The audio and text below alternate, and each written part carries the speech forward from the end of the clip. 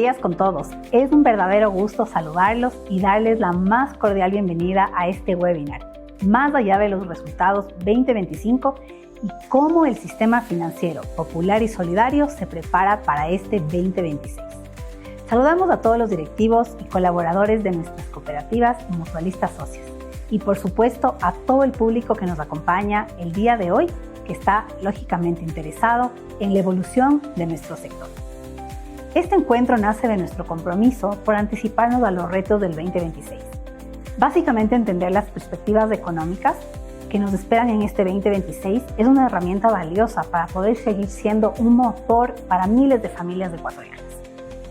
Por esto, hoy contaremos con la presencia de Milton Pérez como moderador y un panel de analistas económicos de gran trayectoria, entre ellos Santiago Mosquera, Fausto Ortiz, Verónica Artola y José Hidalgo. A nuestro moderador y panelistas, sean todos bienvenidos. Para iniciar, recibimos con gusto a nuestro gerente general, el doctor Marín Bautista, quien nos compartirá unas palabras de apertura. Bienvenido, doctor. Buen día, estimados representantes de las cooperativas de ahorro y crédito y mutualistas asociadas a Financop, su caja central. Es importante para nosotros compartir con nuestras asociadas información importante, información que permita a nuestras instituciones, a nuestros directivos, a nuestros gerentes, tomar decisiones bien informadas. Eso será potenciar la calidad de gestión de nuestras instituciones, sin duda alguna. Vamos a analizar con nuestros panelistas cómo terminamos el año 25 y sobre todo cuáles son los desafíos del año 26. Han habido eventos muy importantes, no solamente a nivel global, sino nacional. Y creo que también hay otros eventos que están previstos en el transcurso del año. Este análisis permitirá un poco tomar nota en qué nos beneficia, en qué nos alivia. ¿Por qué? Porque como entidades financieras de la economía popular y solidaria, tenemos un compromiso muy fuerte con nuestros asociados, que generalmente son emprendedores, microemprendedores, pequeños emprendedores fundamentalmente, y nosotros somos impulsores del desarrollo de esta población que realmente genera empleo, genera bienestar en sus comunidades, en sus familias. Creo que también hay que tomar nota por aspectos importantes como mecanismos para fortalecer la sostenibilidad de las instituciones, que ese es un tema muy importante, es un gran desafío que tenemos todas las instituciones del sector financiero, popular y solidario. Y en ese sentido yo le doy la bienvenida y les pido que hagan sus preguntas, sus inquietudes deben ser solventadas en este evento. Tenemos calidad de primera, digamos, en los profesionales que nos están acompañando y que la Caja Central Financop con todo gusto pone a disposición de nuestras asociadas. Bienvenidos. Antes de iniciar, les agradecemos por su presencia en este webinar. Y antes de darle paso a Milton y a nuestros ponentes, queremos comentarles que básicamente nuestras cámaras y micrófonos van a estar desactivados. Sin embargo, tenemos un chat interno por donde pueden hacer todas las preguntas que ustedes tengan. Bienvenidos. Milton, por favor, te doy el paso. Les decía que es un gusto nuevamente poder estar con ustedes y con el panel que está compuesto por Verónica Artola, Santiago Mosquera, Fausto Ortiz y José Hidalgo para analizar este 2026 hacia dónde va el sistema financiero popular y solidario. Vamos a abordar 4 temáticas para poder ir un poco resolviendo cualquier duda. Además, escriban al chat, yo trataré de trasladar las preguntas, la mayor cantidad de preguntas y dudas que ustedes tengan durante este panel. Así que vamos a empezar con una introducción de cada uno de nuestros invitados y quiero empezar por la dama, Verónica Artola. Bueno, muy buenos días. Gracias a Financop por la invitación. Gracias a todas las personas que nos están viendo en el webinar. Creo que este tipo de espacios es súper importante justamente, como decía Marín, para entender cómo cierra la economía 2025 y cuáles son los retos para las instituciones financieras de la economía popular y solidaria y en general del sistema financiero para este año 2026. Nada más decir que el año 2025 fue un año de crecimiento, algunos dicen por rebote, otros por algunas políticas. Recordemos que el año 2024 la economía decreció en un 2%. No tenemos datos cerrados, pero más o menos la economía en el 2025 cerró o creció en 3,8%, pero tal vez la mala noticia es que en este año 2026, si bien vamos a tener un crecimiento positivo, la economía se va a desacelerar y de acuerdo a estimaciones del Banco Central, la economía tendría un crecimiento de un 1,8%, que es importante sí, pero por otro lado es 2% menos de lo que tuvimos el año 2025. Entonces, ¿esto qué implica para el sistema financiero en su conjunto? Recordemos que, yo siempre lo digo, una de las variables más importantes para el crecimiento económico es las familias, el consumo de las familias. Y uno de los catalizadores para ese consumo es justamente el crédito que da el sistema financiero. Entonces, si la economía se desacelera, si no hay oportunidades de empleo, si no tenemos esas actividades económicas que estén surgiendo desde la micro, la pequeña y la grande empresa, entonces podríamos entrar en un conflicto realmente ahí que se tendría que analizar. Hay otra manera de verlo también que es importante. Hemos visto el esfuerzo que está haciendo el gobierno para bajar el riesgo país. Creo que eso puede también canalizarse a tener unas tasas de interés más bajas para que las instituciones financieras se puedan endeudar en mejores condiciones y eso trasladar al usuario final. Pero por otro lado también en el Ecuador tenemos algunas otras variables como la inseguridad física, la inseguridad jurídica que no está permitiendo que la inversión llegue a niveles importantes. Entonces yo con esto lo que quiero decir en términos rápidos para no alargar es que si bien es un año en donde tendríamos un crecimiento, va a haber una desaceleración y para eso se tiene que preparar el sistema financiero, cómo vamos a afrontar temas de estar sobre líquidos, pero que no vamos a poder colocar todo y que además la morosidad sigue todavía en niveles altos. Gracias, Verónica. Quiero dar paso ahora a Fausto Ortiz, que está en Guayaquil, para que nos dé la primera impresión de cómo inicia este 2026. Fausto, buenos días. Sí, gracias, Mito. Buenos días. Saludos cordiales a ustedes en Quito, a la gente que está en el panel y a la gente que nos está viendo a lo largo y ancho del país a través de las plataformas. La economía crece en crédito bastante bien, 12% es lo que crece la banca, 10% es lo que crece las cooperativas. Es más o menos equilibrado el tema entre el sector corporativo, recibe crédito por 23.000 millones de dólares, el sector de consumo que da la banca por otros 21.000 millones, y las cooperativas por unos 19.000 millones, es decir, estos tres sectores de alguna forma bastante equilibrados. Seguramente la cartera, la composición de la mora es distinta entre lo que es la mora en el sector empresarial o lo que es la mora en el sector consumo y lo que es la mora en el sector cooperativo, porque atienden a sectores completamente distintos y de alguna forma ahí entre los tres tipos de crédito están arriba de 60.000 millones de los 73.000 millones que es el crédito total que recibe el sector privado a nivel nacional. Y cada cual tiene su rol, cada cual tiene su segmento, cada cual atiende a el tipo de cliente que necesita el crédito. Este año 2026 se puede sentir quizás un poquito mayor de liquidez, se podrá sentir un poco mayor de liquidez, porque pareciera que el gobierno va a entrar a cambiar su fuente de financiamiento. Ya no solamente le meterá mano a la plata que tiene el Seguro Social para financiar su presupuesto del Estado, sino que ya arranca en este mes de enero pasado, arrancó con 4.000 millones de financiamiento internacional en bonos, de los cuales quizás solo 1.000 millones están en la economía hoy día disponibles, porque los otros 3.000 sirvieron para pagar vencimientos de deuda externa y entraron del exterior y se fueron también para el exterior el mismo día prácticamente, pero 1.000 se quedaron acá para tratar de financiar bien sea el presupuesto del Estado o quizás para poder pagar otros vencimientos. Pero de alguna forma eso, el mensaje a la ciudadanía, al sector real, es que va a haber liquidez distinta a los años anteriores porque estamos regresando a los mercados internacionales y plata fresca vendrá, que es lo importante.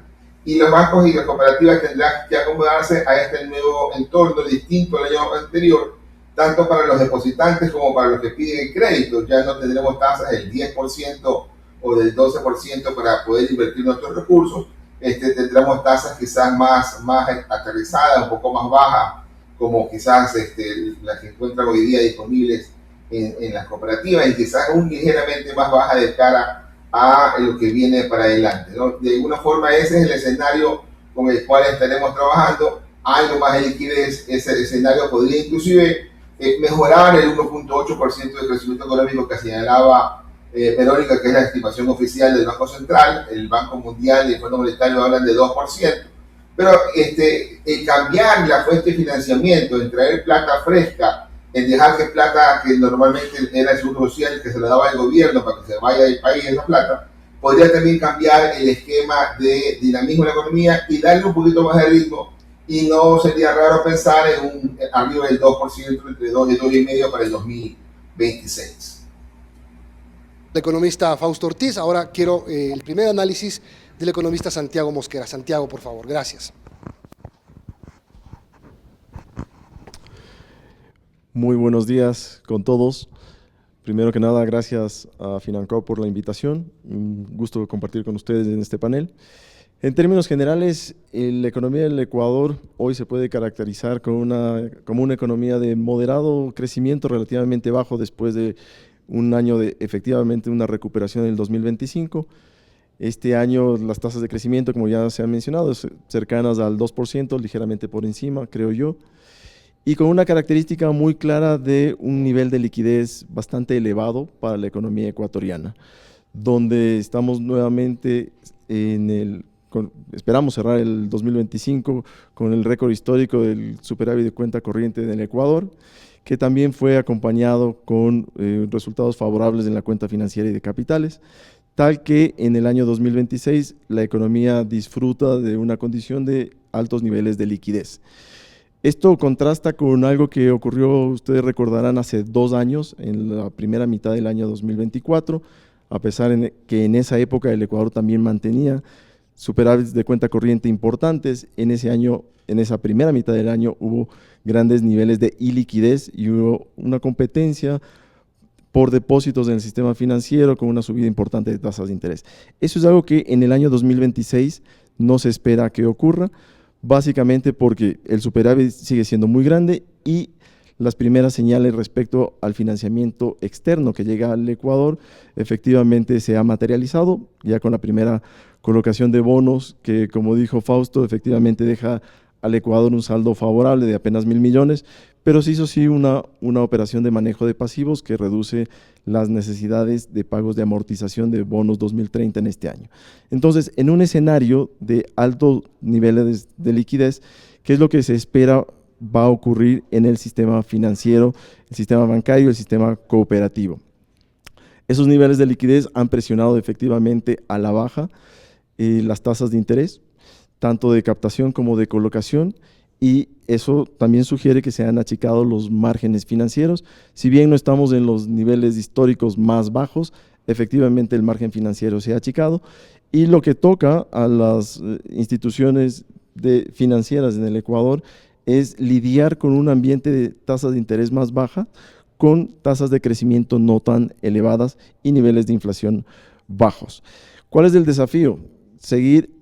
Poder prestar, dinamizar el crédito, tanto los bancos como las cooperativas, porque el crédito al final de cuentas es ese aceite que circula por el motor para hacer una alegoría, y si es que no hay aceite que circule por el motor, ya sabemos lo que pasa, se rompen los pistones, se rompen los cilindros, nada funciona.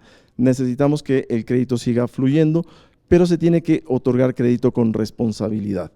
Es decir, no tratar de perseguir las tasas de crecimiento del lado de los pasivos, con altos niveles de crecimiento en la tasa de depósitos, niveles cercanos al 15% en términos anuales, así cerramos en el 2025, y el crédito está creciendo a tasas del 10%. No querer alcanzar tasas de crecimiento muy grandes por el lado del crédito en un momento donde la economía no está creciendo y la capacidad de repago de los clientes, posibles receptores de esos nuevos créditos, puede estar comprometida. Entonces hay que crecer el lado del activo, crecer los créditos con responsabilidad, no tratar de alcanzar la tasa de crecimiento de los pasivos. Y dejémoslo allí para levantar el diálogo. Así es. Y cerramos esta primera ronda con José Hidalgo con su primer análisis. José. Muchas gracias, Milton. Bueno, un gusto compartir con Verónica, Santiago, Fausto este panel. Gracias a Financop por la invitación. Bueno, complementando un poco ya lo que se ha dicho, yo simplemente mencionaría un par de temas adicionales. Primero, se ha hablado obviamente de un factor muy importante para el sistema financiero, que es el tema de la liquidez. Además del financiamiento externo, otro factor que nos puede ayudar es el buen desempeño del sector exportador no petrolero. Hay algunos desafíos para este año, por ejemplo, el precio del cacao, que tuvo un desempeño excepcional en 2024 y 2025, está volviendo a acercarse a los niveles históricos. Eso puede generar cierta contracción en esa exportación, pero en general el sector exportador no petrolero creo que va a seguir mostrando un buen desempeño y por lo tanto generando divisas para la economía que permitan, como ya se ha dicho antes, mantener niveles de liquidez que a su vez permitan que el sistema financiero no tenga que competir a través de tasas más altas por captaciones escasas. Creemos que el contexto de tasas de interés se va a mantener, pero en este punto sí conviene destacar que la reducción en las tasas pasivas del sistema de bancos privados ha sido bastante más marcada y más acelerada que en el sistema de cooperativas. Actualmente los bancos están pagando por depósitos a plazos de más de 360 días en torno al 6%, mientras que las cooperativas siguen pagando más del 8%, lo que ha ampliado ese diferencial que se había reducido significativamente en el año 2024.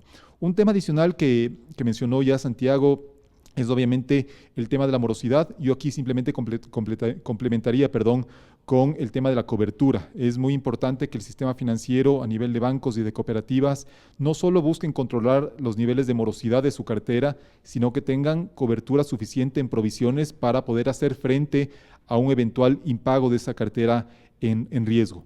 Y esto se enmarca en un contexto en el cual, aunque coincido con lo que se ha dicho antes de que la economía este año todavía crecería, no hemos visto ni siquiera en el año 2025, que fue un año de alto crecimiento económico, una recuperación significativa en los niveles de empleo. Entonces, eso es otro factor que hay que tomar en cuenta para al momento de analizar la capacidad de repago de los deudores. Y finalmente, para no extenderme mucho, siempre estar atentos también a factores externos que pueden alterar significativamente el contexto económico nacional. Menciono dos como ejemplos, simplemente ejemplos muy pequeños.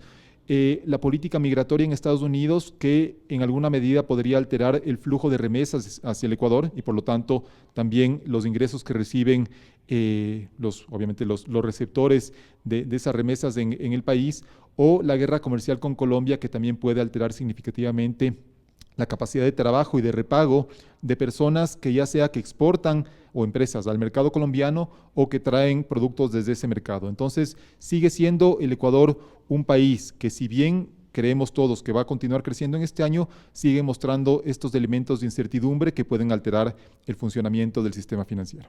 Gracias, José. Sí, bueno, este año ha empezado realmente vertiginoso en el tema internacional, con lo que pasó en Venezuela, la captura de Nicolás Maduro, lo que está pasando en Cuba, la dura política migratoria de Donald Trump, la guerra comercial con Colombia. Es decir, hay alto impacto en lo que puede pasar en la economía más pequeña en el Ecuador y en el mundo. Ahora quiero empezar a analizar 4 puntos que son importantes. El primero es la sostenibilidad del margen, cómo equilibrar captación y colocación ante un crecimiento económico moderado. Y quiero empezar con el economista Fausto Ortiz.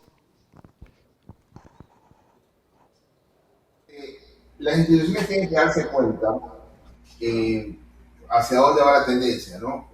Yo, por ejemplo, visitaba a una de las grandes empresas exportadoras del país hace una semana y decía, mira, este banco me está dando, al sector corporativo alto, ¿no? Me está dando una tasa de interés cercana al 6%. Entonces uno dice, oye, pero esta tasa está bastante buena, bastante baja. quizás ese banco está viendo hacia futuro una reducción en el costo del dinero y una reducción en el margen financiero, y está tratando también de asegurar con un cliente en el sector ganador de la economía, que es el sector exportador, a una tasa. Eso no ocurre todavía en el sector consumo, donde todavía las tasas se ven relativamente estables, ¿no? Son más lentas en bajar. Y en el sector corporativo también uno podría decir, bueno, no será raro que mañana alguien diga, yo voy a tratar de anticipar un poco y a fijar una política de captación para poder ser un poquito más baja, para poder también dar crédito un poquito más bajo hacia el futuro, porque la tendencia es esa, la reducción en el margen, la reducción en las tasas de interés. Nuestra inflación, por ejemplo, para el año 2026 es una inflación que seguramente estará bordeando entre 2 y 2,5%. ¿Verdad? Hay que también jugar con ese número. Las inflaciones en los años anteriores han sido, el año pasado 1,90 y el año pasado 0,50, pero este año arranca con enero una inflación de 2,44 y cerrará en diciembre una inflación más o menos entre 2 y 2,5. Esa información también es interesante entenderla, que la tasa de interés puede bajar,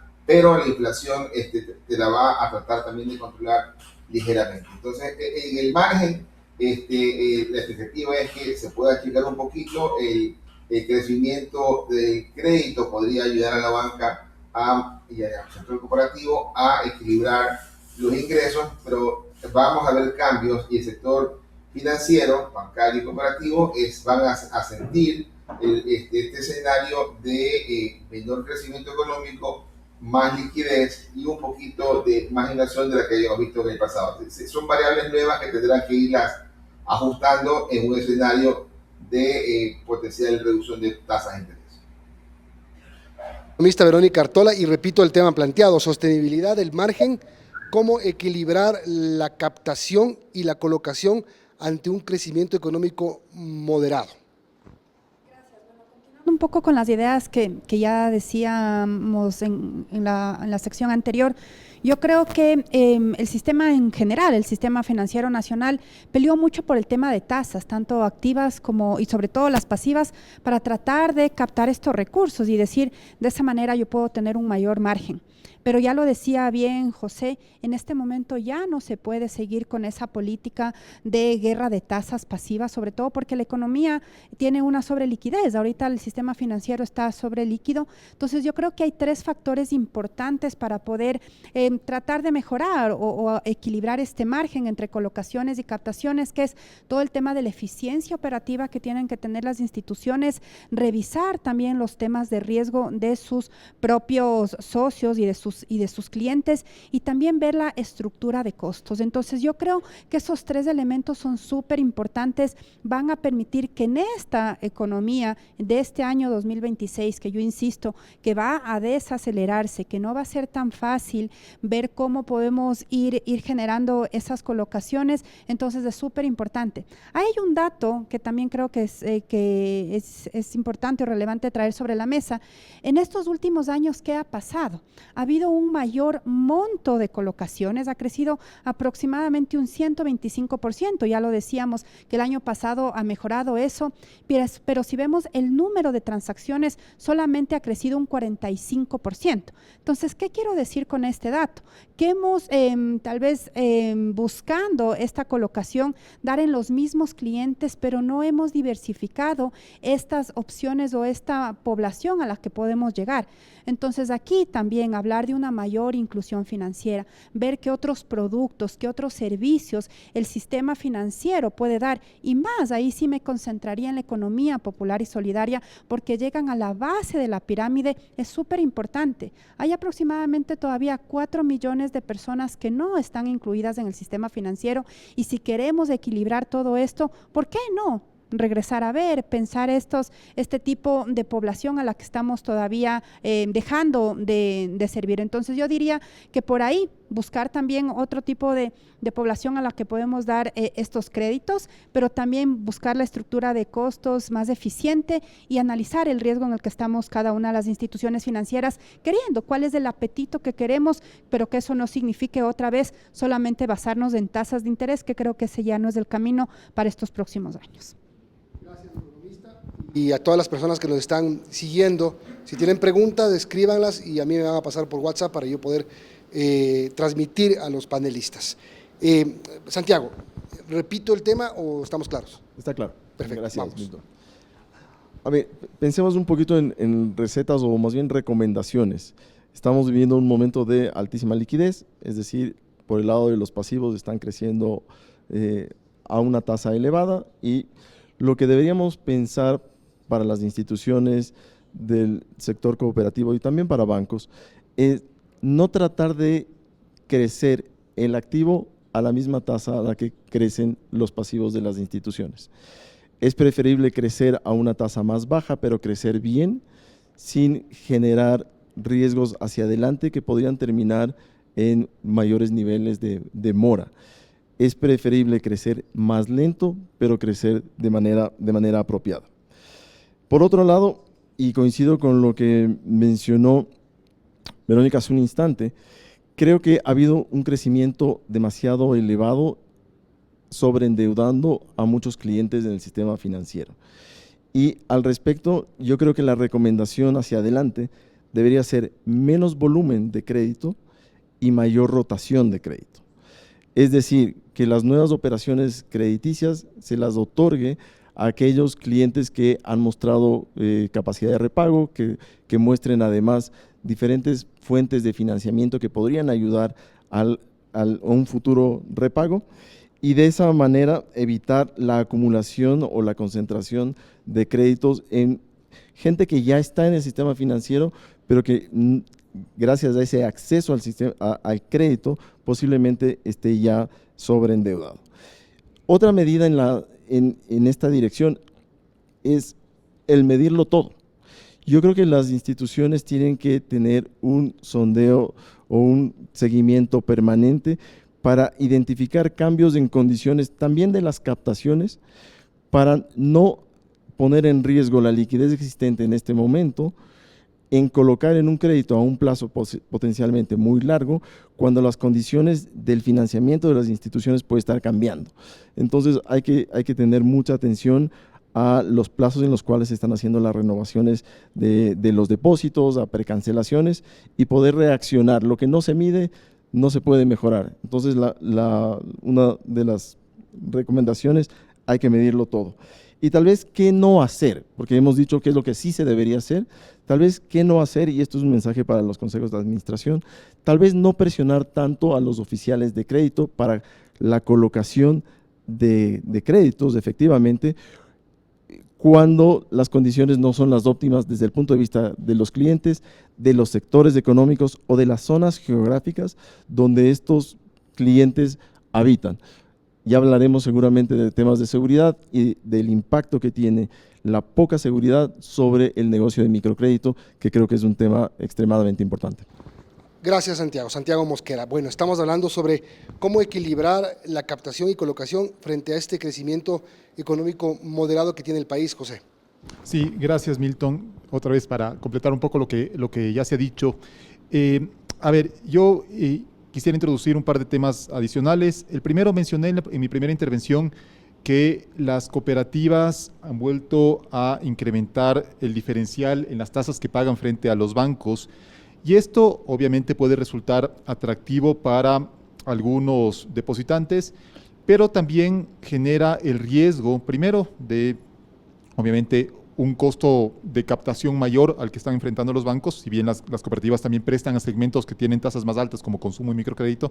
El riesgo adicional que genera es que recursos mal habidos vean a las cooperativas con más interés. Entonces, es un momento en el cual también los oficiales de cumplimiento tienen una tarea fundamental de poder asegurar el origen lícito de los recursos que captan, sabiendo que las cooperativas están pagando un interés más alto que el de los bancos, porque un eventual error o desliz en eso puede generar un costo reputacional también bastante elevado. Por otro lado, también ya mencionaba Santiago el tema del crecimiento con calidad. Y es importante insistir en esto porque finalmente el incremento en la morosidad, un eventual incremento en la morosidad, genera un costo importante que es el gasto de provisión. El gasto de provisión termina pegando mucho a la última línea del balance del sistema financiero y por lo tanto es importante evaluar adecuadamente a las personas o a las empresas que están accediendo a crédito. Y un tema bien importante que mencionó Verónica es el tema de la inclusión financiera. Yo en este punto creo que es importante que sobre todo las instituciones del sistema popular y solidario puedan plantear a las autoridades la necesidad de revisar los esquemas de tasas de interés, porque finalmente la exclusión financiera es el resultado de que algunas personas o algunos microemprendedores no cubren su riesgo con el interés que se les puede cobrar.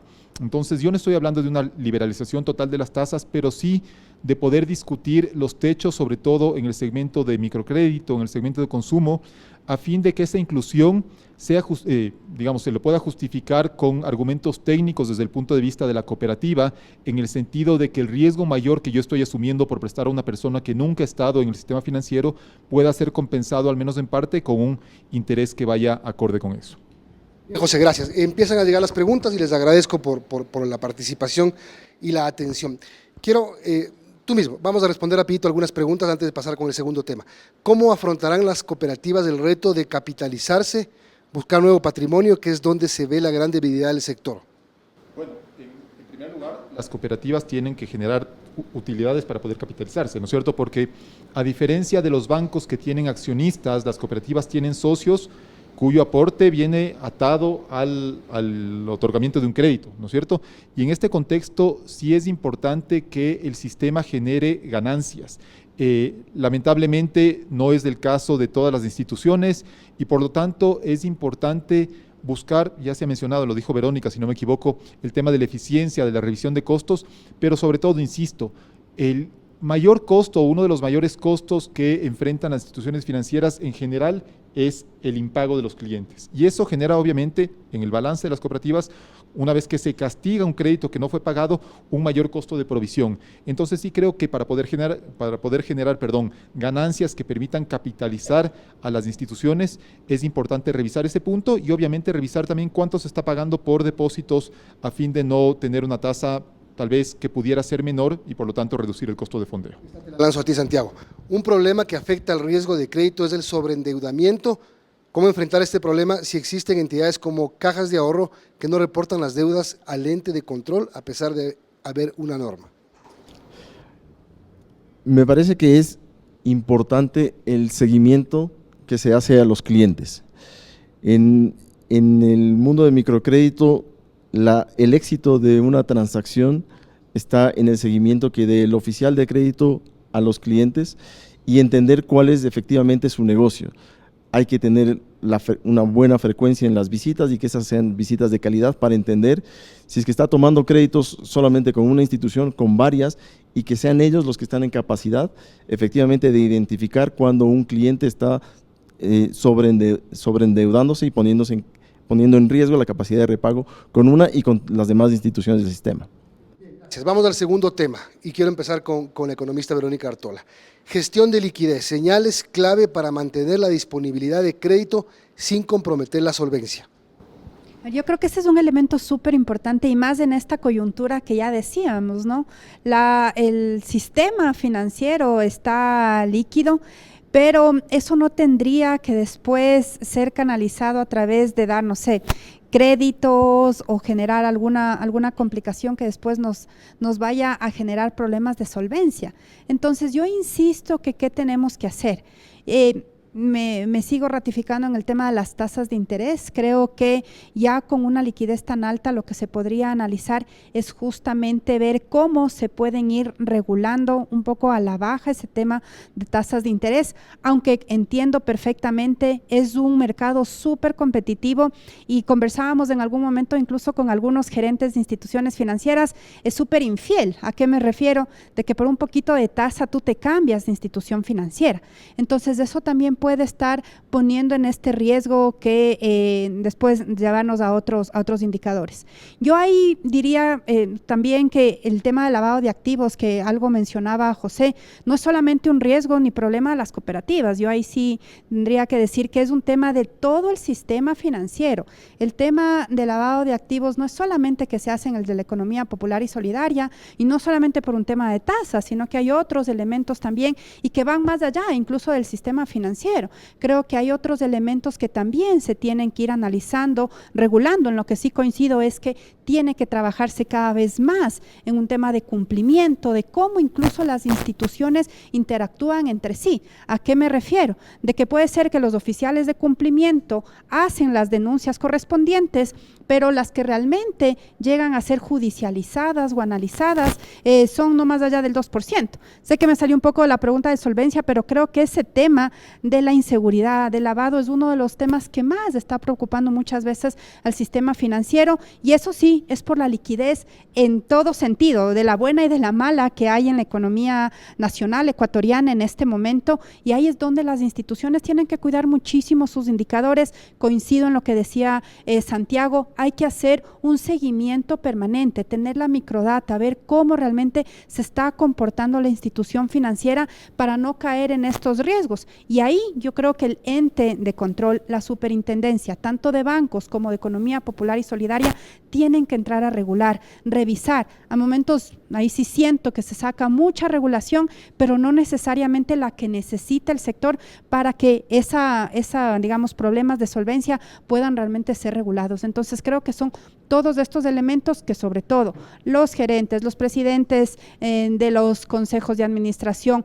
los consejos de vigilancia y por supuesto de las instituciones financieras privadas también tienen que ir revisando para no caer en estos problemas, aunque yo creo, y como el mensaje fuerza tal vez de cierre es, el sistema en general está muy solvente, no veo así problemas de riesgos, más allá de algunas cosas puntuales que se pueden mejorar, pero creo que esa es la tranquilidad también para los socios y para los clientes del sistema financiero. Gracias.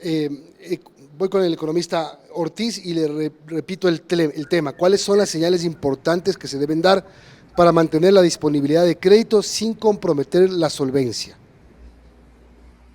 Sí, yo creo que desde el lado de la autoridad, ¿no? Hay que tratar de establecer esquemas de alerta temprana. Mientras más temprano puedas entrar a levantar una bandera para decir hay que tomar algún correctivo, entonces va a ser mucho más fácil y va a ser mucho más efectiva la posibilidad de enfrentar un problema y solucionarlo. Si ya empiezas a querer trabajarlo cuando ya la solvencia está muy afectada, va a ser difícil. Ahí habrá que tratar de ver cómo encuentran otras soluciones, ¿no? Las opciones de fusiones entre cooperativas, ventas de cartera, compras de cartera, ahí creo que también va a haber alternativas para ser evaluadas.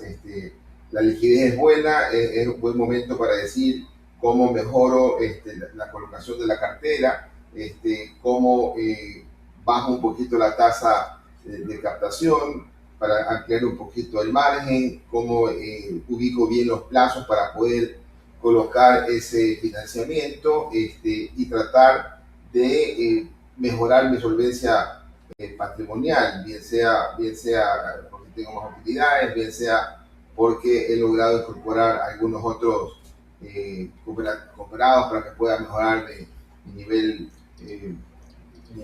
patrimonial, mi balance. Es decir, por ahí hay que ir chequeando, inclusive en algún caso había la posibilidad de pensar en algunas cooperativas, es decir, dar el salto para pasar a convertirse en banco. Eso tienen algunas cooperativas esa posibilidad, pero en general el asunto es hacer un diagnóstico interno, ver cómo estoy y ir tomando correctivos mientras más temprano, mucho mejor. Santiago.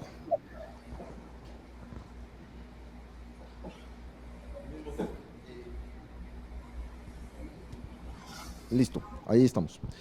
A ver, yo quisiera tratar de plantear algunas señales que los administradores de instituciones financieras y de cooperativas deberían prestar atención.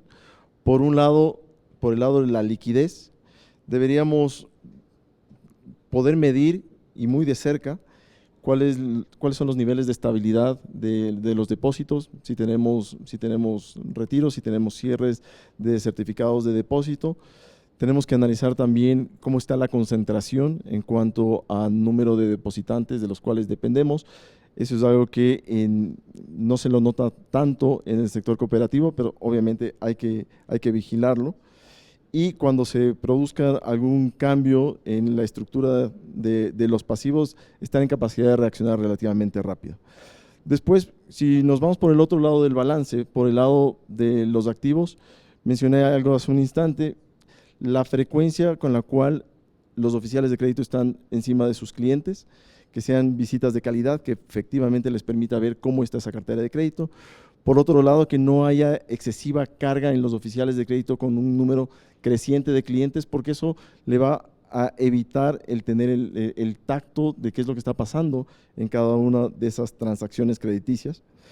Por el lado del crédito también, el riesgo de las carteras ocultas, es decir, cuando se empiezan a dar señales de renovaciones crediticias, inclusive antes de término, eso más que dar una señal de responsabilidad, lo que da es una señal de fragilidad financiera. Eso es algo que también se debería tomar en cuenta y tratar de monitorear.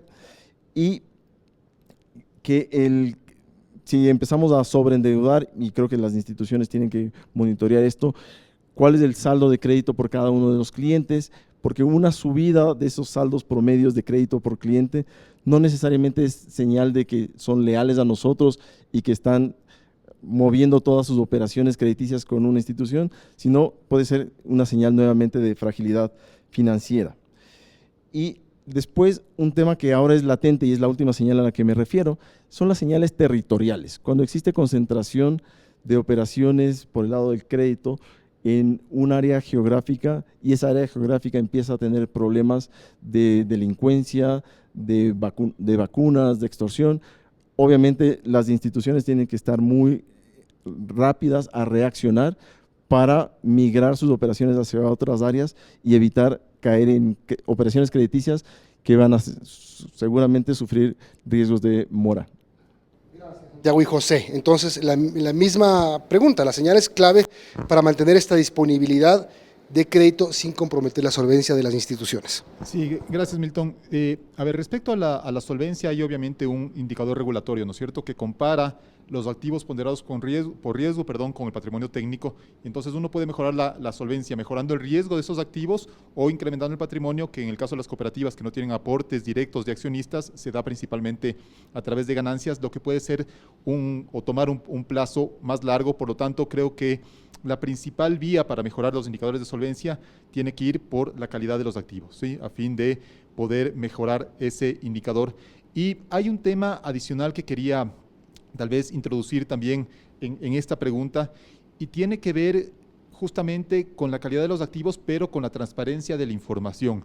Es decir, es importante también que a nivel de todo el sistema de cooperativas, la calidad de los activos esté claramente registrada en las cuentas correspondientes, que no haya movimientos a otras cuentas del balance donde no se las percibe y que por lo tanto oculta o disimula en cierta medida la real situación de la morosidad, porque finalmente estamos hablando de un sistema sumamente frágil en el cual el ruido en una institución que no esté mostrando los adecuados niveles de cobertura, de solvencia y demás, puede terminar afectando también a otras instituciones. Entonces creo que es incluso un tema que sería un deber no solo individual, sino también colectivo, de buenas prácticas en cuanto al registro por ejemplo, de la cartera morosa, para que los clientes y obviamente las autoridades tengan la información más transparente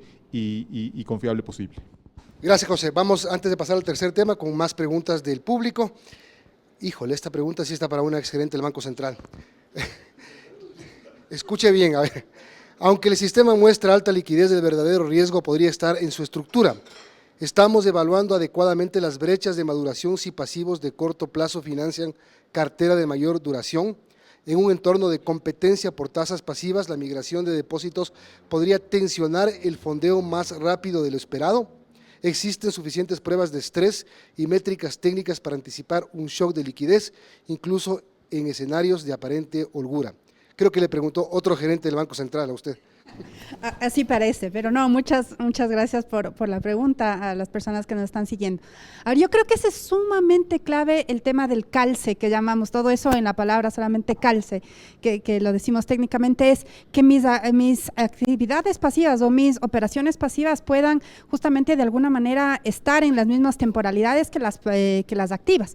Dicho de otra manera, yo debería estar captando a más de 365 días, por ejemplo, que sea algo mucho más largo plazo para empezar a colocar crédito de vivienda, por ejemplo, que es un crédito bien largo.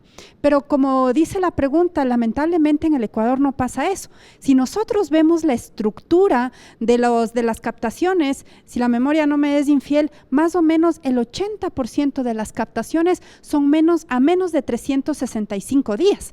Eso quiere decir que lamentablemente yo capto y tengo esa liquidez en corto plazo, pero tengo que colocar créditos de microcrédito, de consumo, que bueno, no estoy hablando de un hipotecario más largo, pero que esto podría ser al menos 5 años. Entonces, eso sí puede estar generando un problema en las instituciones financieras y ahí sí coincido que se debería hacer primero más seguimiento, como decía en la pregunta, y también, como lo decía Santiago, que eso es indispensable.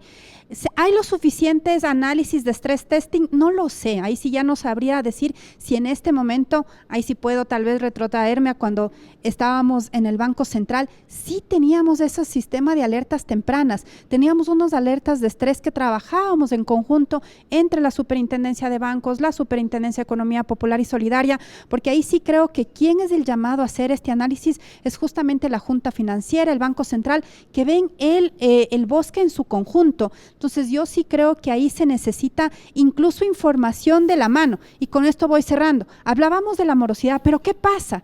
Yo, si soy una cooperativa o un banco, ¿cuándo me actualizan los datos de la central de riesgo o cuándo tengo esa información? No es en tiempo real, Milton, no es en tiempo real. ¿Y qué significa eso? Que yo, si me quiero realmente sobreendeudar, puedo ir a 3 diferentes instituciones financieras porque mi score crediticio va a estar bueno y ya, y parecería, pero después me puedo estar sobreendeudando o estar haciendo ese tipo de operaciones. Entonces, creo que todo eso sí nos hace falta y sí es un problema que todavía estamos viviendo en el país. Gracias, Verónica. Y esta pregunta le voy a hacer al economista Ortiz.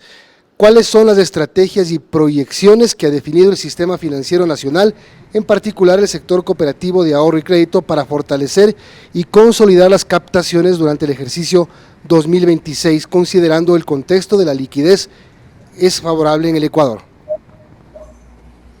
Sí, bueno, yo creo que las cooperativas deben estar pensando en cómo ampliar los plazos de sus captaciones, ¿no?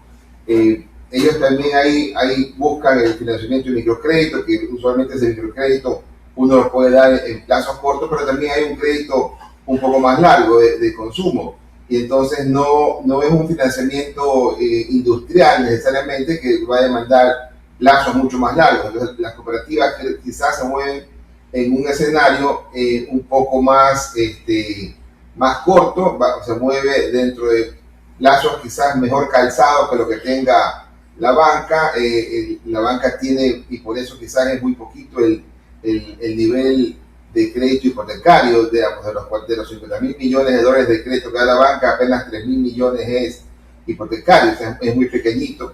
En cambio, la cooperativa seguramente no tiene ese producto. La cooperativa estará dando crédito de más corto plazo y su captación también. Entonces hay que cuidar de no entrar en guerra de tasas, en la desesperación por captar ese dólar que se me está yendo, levantarlo. Hay que estar claro que el escenario actual es un escenario con una liquidez mejor que el año anterior, por lo tanto asegurar un poco el plazo y dando un poquito de mejora en la tasa de interés está bien, pero quizás no pelearla demasiado y entrar en guerras de tasas, ¿no?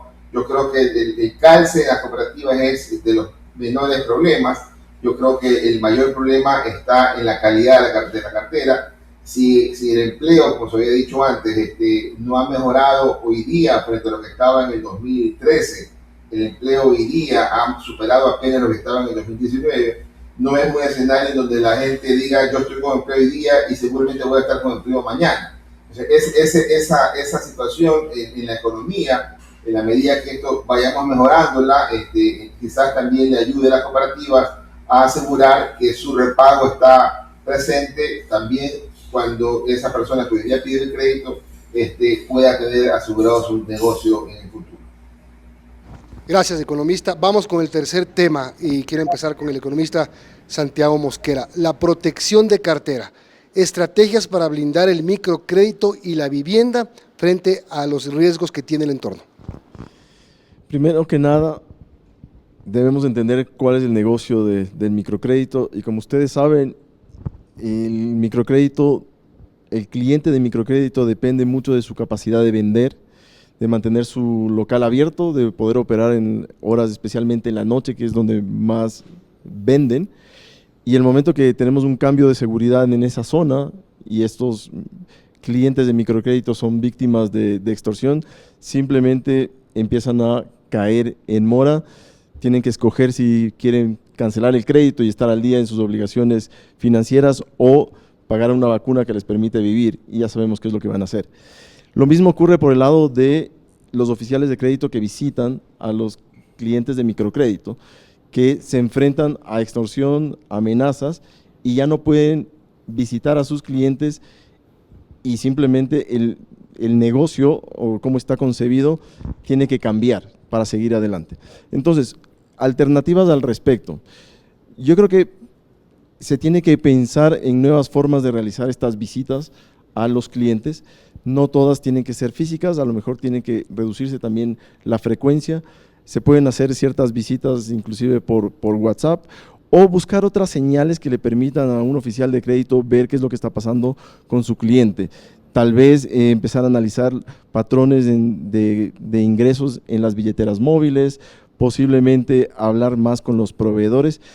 El hecho de reducir la frecuencia, no la calidad de las visitas, es algo que podría ayudar. Por otro lado, lo que me parece que es clave es entender las zonas en las cuales se está operando y adelantarse a la situación, no esperar que una zona esté contaminada por delincuencia, por extorsión, sino que las instituciones efectivamente se pueden adelantar y conocer cuáles son los riesgos inherentes en una zona geográfica y eviten entrar en ellas si es posible. Ahora, cuando ya se está en esas zonas, se tiene que buscar otros mecanismos para poder visitar a los clientes.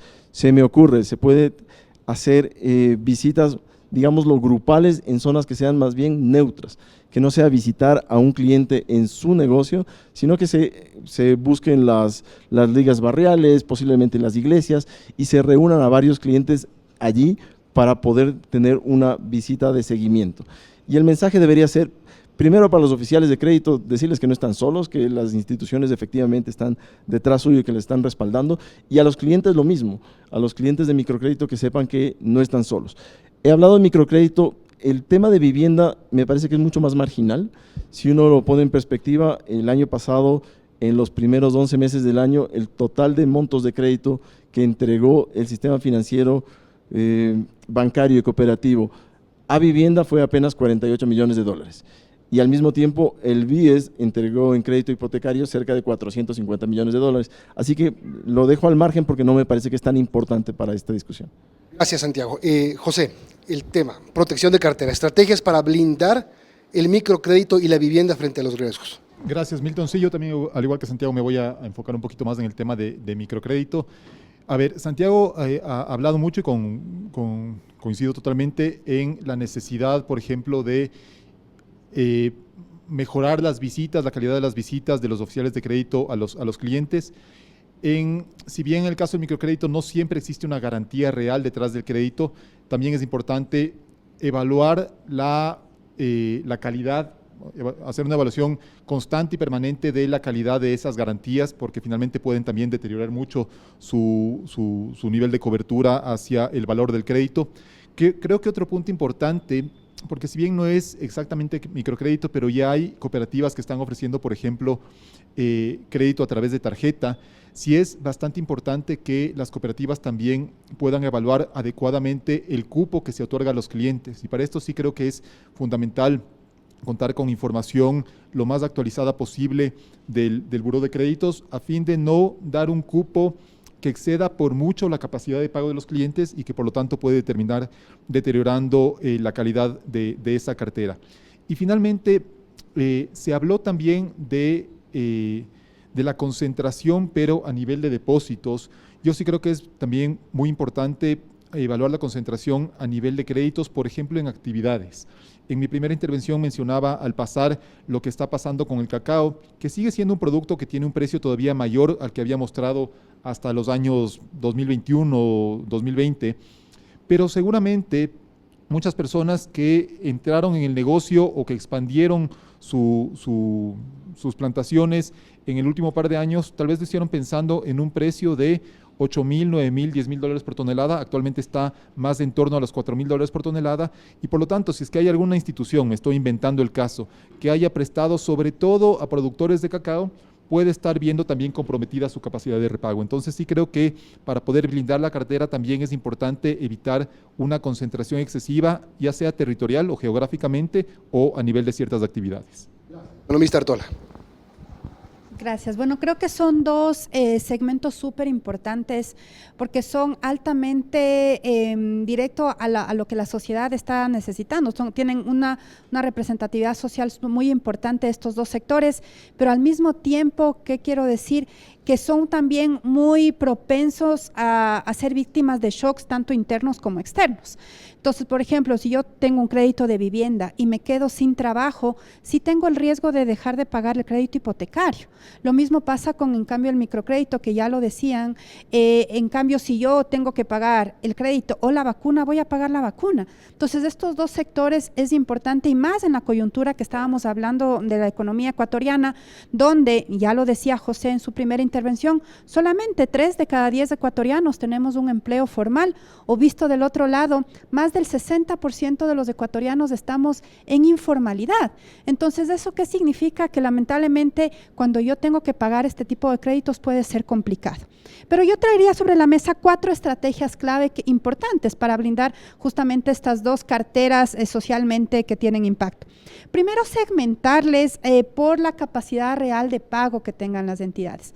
Como decía también José, no sobreendeudemos. Yo entiendo que queremos colocar, pero yo he visto momentos que hay personas que no tienen la capacidad y les dan créditos muy altos. Entonces, creo que para poder generar una adecuada salud de mi cartera, tanto de microcrédito y de vivienda, veamos realmente la capacidad de pago que tengan estas personas. La otra, definitivamente, generar estas alertas tempranas.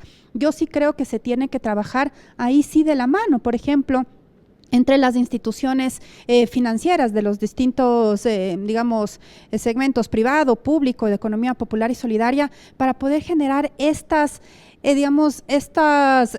dashboards o esta información que me dé mucho más rápido la información. Insisto, los buros de crédito hacen un trabajo interesante, pero no tengo información en tiempo real, lo cual sí puede ser un limitante para poder otorgar.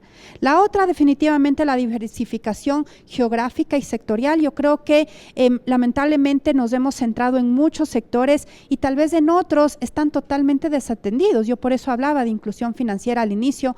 Yo conversaba con el gerente de alguna cooperativa y me decía, mira, nosotros apostamos por un sector específico, geográfico, y además de un sector económico específico, que nos decían es una locura, vamos a tener un montón de morosidad. Fuimos, nadie estaba atendiendo y la morosidad es prácticamente cero ahora. Entonces, quiero decir que todavía tenemos ese espacio y sí es importante hacer los análisis, revisemos. No necesitamos estar compitiendo entre nosotros, entre todas las instituciones en los mismos sectores y en las mismas geografías del país. Todavía hay espacio para todos. Y el último, que es súper importante y que lo hemos venido trabajando últimamente muchísimo, es el tema de educación financiera y de capacitación. Si yo no le acompaño a la persona que le di el microcrédito, dejando de lado todo el tema de inseguridad y tal, entonces va a ser un crédito que se va a perder. Entonces, creo que el tema de educar financieramente a la población, a los ciudadanos, a los emprendimientos es importante.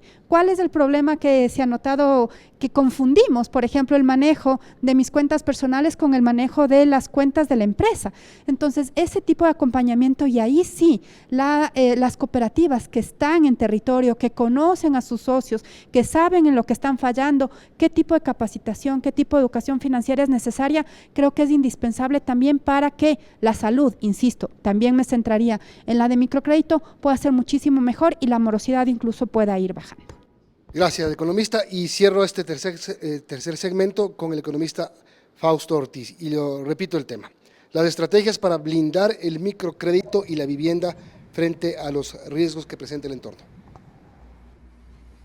Sí, a ver, es como complicado en las cooperativas seguramente el tema de fijar la tasa para microcrédito y fijar la tasa para hipotecario, ¿no? Entonces, me ha tocado observar algunos casos en donde para un crédito hipotecario quieren ubicar la misma tasa de microcrédito. De alguna forma, ese arranque devuelve esa operación de crédito en la entrada ya una operación de crédito fallida, porque no se puede pagar un hipotecario como que fuera el microcrédito. El microcrédito tiene sentido porque es una operación de alguna forma comercial.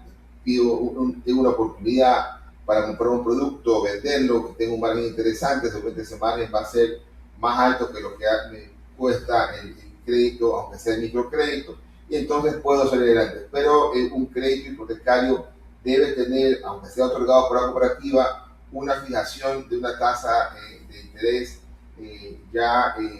acorde a la realidad, de un crédito de largo plazo, en donde la persona no es un negocio, es un microcrédito, es un crédito para vivienda que tiene una dinámica distinta que un crédito de una forma comercial. Entonces, esa situación, ojalá en las cooperativas estén bien claros y separen esas dos tipos de operaciones. Luego, lo otro, la dinámica económica en este año es distinta a lo que era en el pasado. Puede ser que la sintamos un poco más cómoda, quizás no creciendo tanto como hemos crecido en los últimos años de buen crecimiento. La sentamos bastante más holgada, no tengamos los impactos y los sustos crediticios y del entorno y quizás por ahí incertidumbre. El gobierno está recién en su primer año, tiene 3 años más por delante, no hay incertidumbre política cercana, por lo tanto es un escenario de los siguientes 3 años y medio bastante estable, y eso permite hacer una mejor planificación para las captaciones, para las colocaciones. Eso también abona a los procesos de planeación estratégica en otorgar a qué segmento le vamos a dar crédito, en qué crecimiento.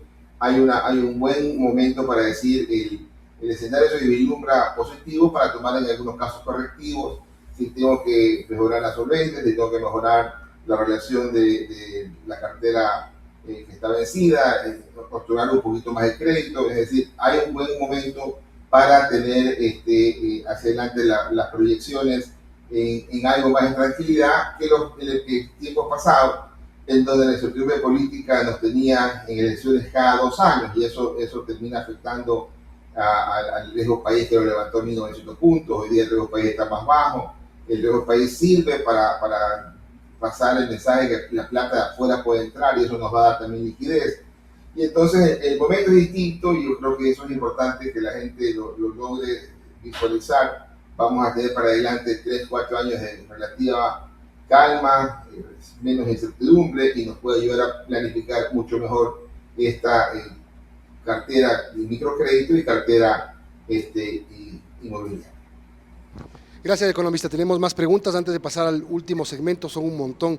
Si le damos respuestas cortas, avanzamos la mayor cantidad. Esta le voy a hacer a José. Con relación a las tasas pasivas, se debe considerar que las instituciones mantenemos portafolios de largos plazos y que mientras no se cumpla el plazo y el costo financiero nos va a seguir afectando, ya que las tasas activas tienden a la baja y el spread sigue siendo más pequeño. Sí, a ver, ventajosamente en la actualidad ya no tenemos la situación que vivimos hasta mediados del año 2024 de un incremento sostenido en las tasas pasivas que efectivamente estaban achicando muchísimo el margen financiero. Hubo, además de la reducción que hemos visto en las tasas pasivas, también en algunos segmentos de crédito, modificaciones en la metodología para establecer los techos, lo que ha permitido que el crédito corporativo, el crédito empresarial, que no son obviamente segmentos en los cuales participen demasiado las cooperativas, pero también el crédito PYME, tengan tasas un poquito más altas y por lo tanto ya no haya ese estrechamiento en el margen financiero. Desde mi punto de vista, sí creo que es importante, insisto en algo que mencioné en una intervención anterior, que las cooperativas en conjunto deben plantear a las autoridades un tema que puede ser políticamente incómodo en cierto sentido, pero que yo creo que tienen muchos más pros que contras, y es la revisión del esquema de techos máximos, sobre todo en los segmentos de microcrédito, porque hay segmentos que claramente si no están siendo atendidos, es porque su perfil crediticio no compensa con el interés que le puedo cobrar el riesgo que me genera. Entonces, eso sí es otro factor, obviamente, que puede, en un esquema en el cual las cooperativas pagan por depósitos a plazo fijo, digamos, de plazos más o menos largos, en torno al 8,5% anual, sí es necesario tener un esquema de tasas activas que también pueda acomodarse no solo a lo que se está pagando por el fondeo, sino a un esquema, a una situación nacional en la cual hay potenciales clientes que lamentablemente con el esquema actual no cubren los riesgos que genera. Santiago, esta para ti. ¿Considera que el país, el sistema financiero, el aparato productivo están preparados para aprovechar coyunturas de mucha liquidez en la economía que permite aportar positivamente en mejorar las estructuras de capital del sector empresarial y apoyar el crecimiento del Producto Interno Bruto? Eso es lo que quisiéramos. La verdad, en el Ecuador los niveles de inversión son extremadamente bajos. Si lo ponemos en perspectiva histórica, el ratio de inversión frente al Producto Interno Bruto en nuestros mejores años, y sin hacer ningún juicio de valor, llegaron al 26-27% del PIB, y en esa época el Ecuador crecía al 6%. Hoy estamos por debajo del 18% la tasa de inversión sobre el Producto Interno Bruto. Y estamos atravesando una coyuntura donde, como menciona la persona que pregunta, es el sector privado el que tiene que tener el rol como motor de crecimiento económico.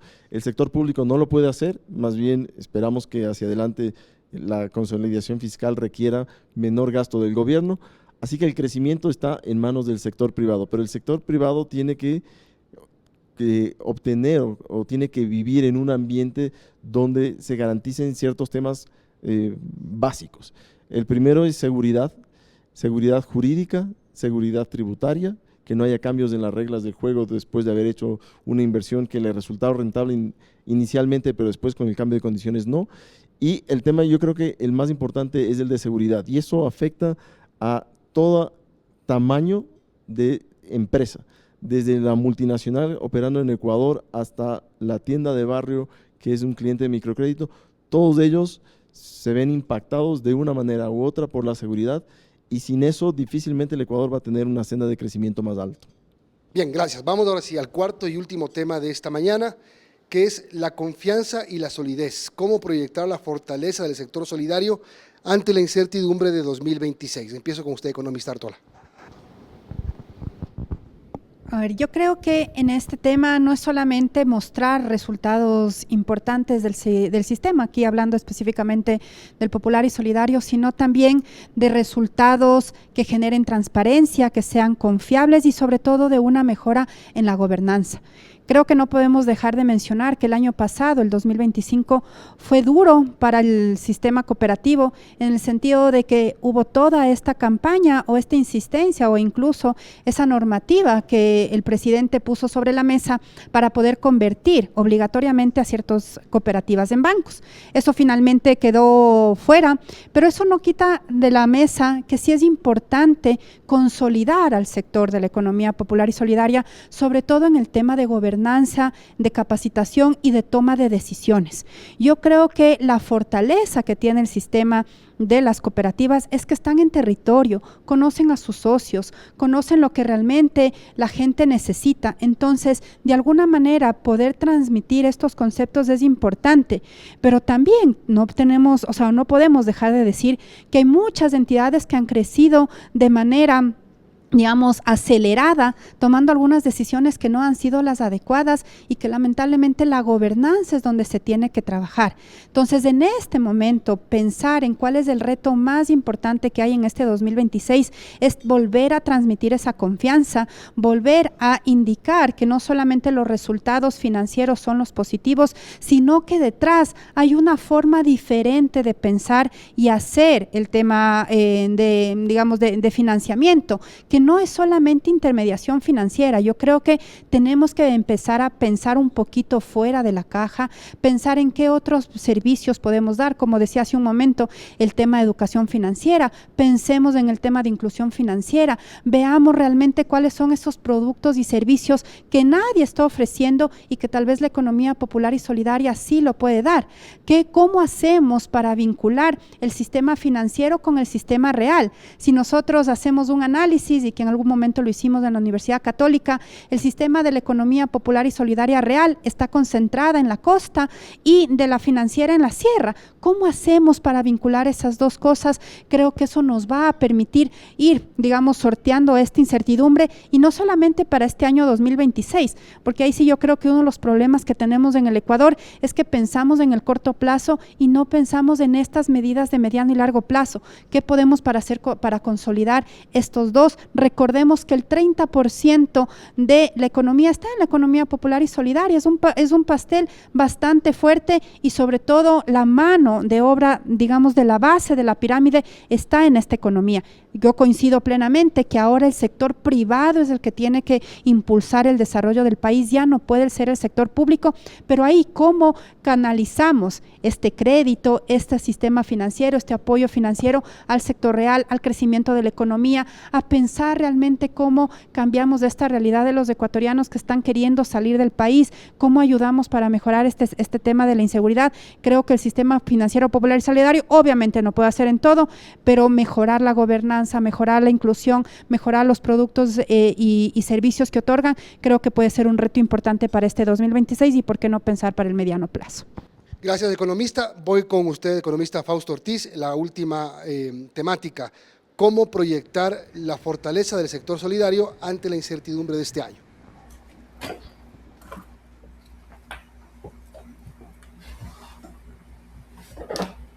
Sí, lo que viene en el futuro es un periodo de relativa calma, ¿no? Yo creo que es importante aprovechar el 26, el 27 y hasta el 28 para tomar correctivos, es decir, en este momento de relativa calma, de abundante liquidez, de inestabilidad política que quizás sea inexistente, es el momento para decir, sentémonos a ver cómo nos acomodamos, cómo mejoramos estos indicadores, cómo corregimos, cómo hacemos una mejor revisión de cómo están nuestros clientes, evaluarlos de mejor forma, encontrar esquemas de gestión de cobro distinto, pasar a hacer la parte tecnológica para bajar los costos en la gestión y cobranza, porque si no aprovechamos este periodo de relativa calma de estos 2 o 3 años que tenemos para adelante, entonces nos puede complicar la vida en la existencia de las mismas cooperativas, sector financiero que no corrija, no estabilice bien su situación cuando venga las tormentas, ¿no? Y entonces yo creo que por ahí es un buen momento para sentarse, analizar si esta cartera que está acá tiene un buen potencial, entonces quizás yo la voy a trasladar a otra cooperativa para que pueda mejorar la cobranza, que no se me deteriore a mí porque yo voy a enfocarme en otras actividades. Es decir, yo creo que es un tiempo importante para poder analizar casa adentro dónde tengo debilidades y cómo puedo corregirlas. Es decir, si es que la autoridad no viene a ponerme algún plan de regulación, yo entonces autoimponérmelo para poder ir corrigiendo casa adentro lo que yo creo que tengo tiempo para quedar de mejor forma para aquellos momentos posteriores de turbulencia. Entonces, hoy día la situación es relativamente estable, no crecemos como quisiéramos que la economía crezca, pero al menos nos da un tiempo para sentar, meditar y tomar correctivos. Yo creo que esa situación hay que aprovecharla en estos 2 y 3 años que tenemos por delante. José, por favor. Gracias, Milton. Gracias por la pregunta. A ver, yo primero empezaría coincidiendo con Fausto en el sentido de que la incertidumbre es menor en la actualidad de lo que pudimos haber tenido en años anteriores, ¿no es cierto? No únicamente por el lado político, sino también desde el punto de vista de un factor determinante para el sistema financiero como es la liquidez. El nivel de reservas internacionales de en torno a 10.000, 11.000 millones de dólares nos hace pensar que la liquidez en la economía debería mantenerse en niveles similares a los actuales, al menos durante este año. No esperamos ningún shock importante que pueda reducir de manera significativa la liquidez, por lo tanto hay más certidumbre que años anteriores en lo político y también en gran medida en lo económico. Luego, respecto a la confianza en el sistema, yo creo, bueno, insistir primero en un punto que ya mencioné previamente, que es la transparencia en las cuentas. Creo que es fundamental. Creo que desde el punto de vista del sector público también es importante la transparencia en cuanto a la disponibilidad de recursos en el COSEDE.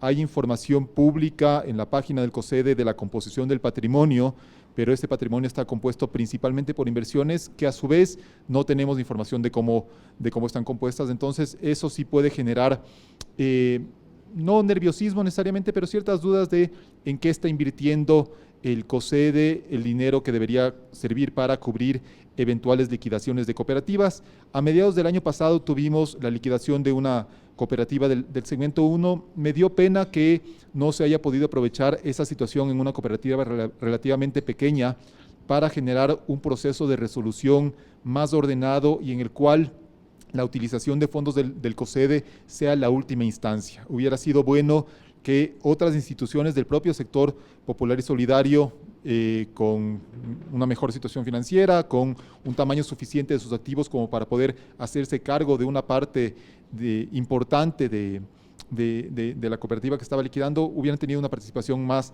activa a fin de generar una confianza mayor en el sistema en sí. Y eso yo diría que es importante igual insistir una vez más en que el trabajo no tiene que ser únicamente individual, si bien cada consejo de administración, cada gerencia se preocupa del buen desempeño de su cooperativa y no puede tomar las decisiones por las demás. Sí es importante también tener un ojo en la situación de otros competidores, tratándose de un sector, el financiero en general, no únicamente el cooperativo, que se mueve también mucho por percepciones. Gracias, José. Y terminamos con Santiago. Gracias, Milton. Creo que en línea con lo que ya se ha mencionado, este año efectivamente va a ser un año de tensa calma, donde va a haber crecimiento económico no tan alto, va a haber liquidez, y yo creo que en esas condiciones el sector cooperativo debería aprovechar la oportunidad para mantenerse en lo que han venido haciendo, es decir, enfocarse en la continuidad operativa en el año 2026, aprovechando las condiciones de mercado, construyendo una serie de buffers que le permita absorber choques internos y externos en el futuro, y manteniendo la territorialidad, la presencia del sector cooperativo en diferentes partes del país donde efectivamente no llegan otras instituciones financieras, son fundamentales para seguir construyendo ese tejido social. Entonces yo creo que en este año se debería aprovechar que las cooperativas tienen esa posición y lo pueden hacer porque creo que no hay nadie que conozca a sus clientes como las cooperativas antes, durante y después de una concesión de créditos. Tienen una base de depósitos más amplia, más diversa, depósitos que yo llamo son más pegajosos, es decir, que son difíciles que salgan, pueden salir de una cooperativa a otra, pero se quedan en el sistema de cooperativas. Y yo creo que eso desde puertas adentro. Y desde puertas afuera, yo creo que es una gran oportunidad para que la superintendencia tome una mayor cercanía con el sector cooperativo, mejore la vigilancia, que se hagan, no públicos, pero que efectivamente los programas de intervención cuando estos ocurran en alguna institución que enfrenta problemas, no sean planes de larguísimo plazo sin ningún tipo de hitos, sino que más bien sean programas de vigilancia de corto plazo con hitos que se revisan de manera periódica para garantizar que efectivamente esas instituciones que pueden estar en problemadas efectivamente estén fortaleciéndose con el paso del tiempo. Y en un universo donde hemos pasado de más de 700 cooperativas a 400, yo creo que existe todavía mucho espacio para la consolidación de cooperativas en los diferentes segmentos. Creo que no se necesitan tantas instituciones, especialmente cuando la estructura de costos puede ser muy demandante. Creo que hay un espacio para generar sinergias entre instituciones y que se consoliden y que tengamos menos instituciones y más fuertes. Gracias, Santiago. Terminamos los 4 temas que se habían planteado para este webinar y las preguntas siguen llegando. Les voy a leer algunas preguntas para poder responder lo que más se pueda y en el menor tiempo posible. Quiero empezar con usted, economista Ortiz. Esta pregunta dice: el crédito promedio actual está por encima de $8,000 y los plazos promedios se ubican en más de 32 meses. Esto muestra lo alejadas que están las cooperativas de esa base de la pirámide. Existen cooperativas que ofertan créditos por encima de los 100,000. ¿Creen ustedes que las cooperativas han desenfocado su esencia? Bueno, no se puede hablar en general un solo concepto para el grueso de la cooperativa. Seguramente alguna cooperativa estará desenfocada, la mayoría debe estar bastante bien estructuradas. Algunas cooperativas estarán con buenos indicadores, otras estarán con indicadores que necesitan corregir, pero otra vez, esa situación es más sencillo analizarla, es más sencillo trabajarla y corregirla en el momento actual. Es decir, si tuviéramos una situación de incertidumbre y, por ejemplo, solo para pasar un ejemplo, tuviéramos en la consulta anterior hubiera ganado la constituyente, y entonces en estos días estuviéramos en constituyente, entonces el riesgo país estaría por los 1.000 puntos y la incertidumbre estaría rondándonos y poniéndonos en complicaciones y no sería momento para poder corregir. Afortunadamente no estamos para nada en un tema electoral, por ahí vendrá el tema electoral después de unos cuantos meses para los municipios, que no tiene tanto impacto nacional y no pega a la incertidumbre como los temas presidenciales. Y entonces hay momentos para hacer el análisis, hay indicadores, lo decía Santiago, hay que medirlo todo, hay que compararse, hay que ubicarse con el segmento de cada uno. Yo no soy la cooperativa que tiene $1.000 millones de activos, yo soy la cooperativa que tengo este tamaño de activos, entonces me voy a comparar contra mis pares y conversaré con mis pares para decir, oye, ¿cómo te va? Yo haciendo también el número de inversión pública frente al Producto Interno Bruto. Cuando nos reuníamos los ministros de Finanzas en la época, la primera pregunta después de decir cómo te llamas era cuál es tu nivel de inversión pública frente al PIB. Es decir, hay variables con las que nos podemos comparar en las cooperativas. Hoy día mismo seguramente conversarán dónde hay que corregir y en algunos casos donde haya espacios y sinergias, quizás decir, hoy medio juntémonos acá, ¿no? Veamos cómo hacemos alguna fusión, cómo nos hacemos más fuertes estando juntos, ¿no? Y el tiempo lo tenemos hacia adelante para poder tomar correctivos. Gracias. Vamos con otra pregunta. Economista Artola, para usted. Partiendo del principio que a mayor riesgo corresponde una mayor tasa de interés y considerando que la economía de nuestro país no es estable debido, entre otros factores, a la delincuencia, ¿es recomendable reducir las tasas de interés ante los recientes anuncios del gobierno sobre créditos con tasas del 2,99% y del 9%? Ahí sí, desde la experiencia, bajar las tasas de interés por decreto, eso puede traer más daño que realmente ayudar al sistema financiero. Yo creo que a mí, bueno, lo que está proponiendo el gobierno todavía no me cuadra cómo están haciendo esos calces que conversábamos, porque en algún momento se quiso también hacer créditos con esa tasa de interés y la verdad no daban los números y los bancos públicos que querían dar podían generar algunas pérdidas. La diferencia entre el público y el privado es que el público de alguna manera podría sostener pérdidas, pero el banco privado y la cooperativa no tiene por qué, también tienen que generar utilidades porque mientras más utilidades, mientras más riqueza se genere, eso de alguna manera permea a toda la sociedad y tienen mejores resultados. Entonces, bajar las tasas de interés yo no creo que sea una opción en este momento. Por el contrario, hay análisis, como decía José, que tal vez podríamos tener algún tipo de crédito con un poquito más de tasa para que la gente que está excluida pueda acceder a esto y no se vaya al chulco. ¿Qué está pasando? Hay mucha población que en este momento se está yendo a canales informales para justamente financiar. Y con esto voy cerrando. Hay una encuesta bien bonita que yo siempre digo que hace el Banco Central, que se llama de oferta y demanda de crédito, y justamente revisaba los datos del día de ayer. Al cierre del 2025, dice que una de las razones por que los hogares y las empresas han disminuido su demanda de crédito es porque han cambiado su fuente de financiamiento y no necesariamente al sistema formal. Eso ya es mío, no dice el Banco Central, pero yo digo no es necesariamente al sistema formal, sino al informal, porque están excluidos. Entonces, la respuesta corta, bajar las tasas de interés no es la solución. Yo creo que más bien se tiene que revisar bien cómo se puede hacer una mayor inclusión financiera también por ahí. Otra pregunta más. ¿Qué se puede decir de las cajas de ahorro que se están abriendo sin control? Santiago. Yo creo que en el sistema lo que mayor preocupación puede generar a la población en general son nuevos métodos de captación que no tengan la adecuada regulación.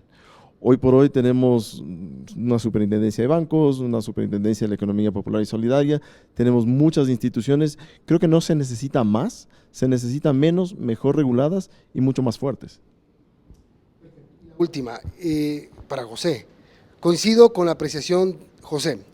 La COSEDE, al ser un seguro de depósitos, debería velar porque los socios recuperen sus dineros y no más bien ser los primeros en cobrar y dejar desamparados a los socios. Existe preocupación en los millones de socios en las cooperativas, se ha generado una desconfianza en el sector.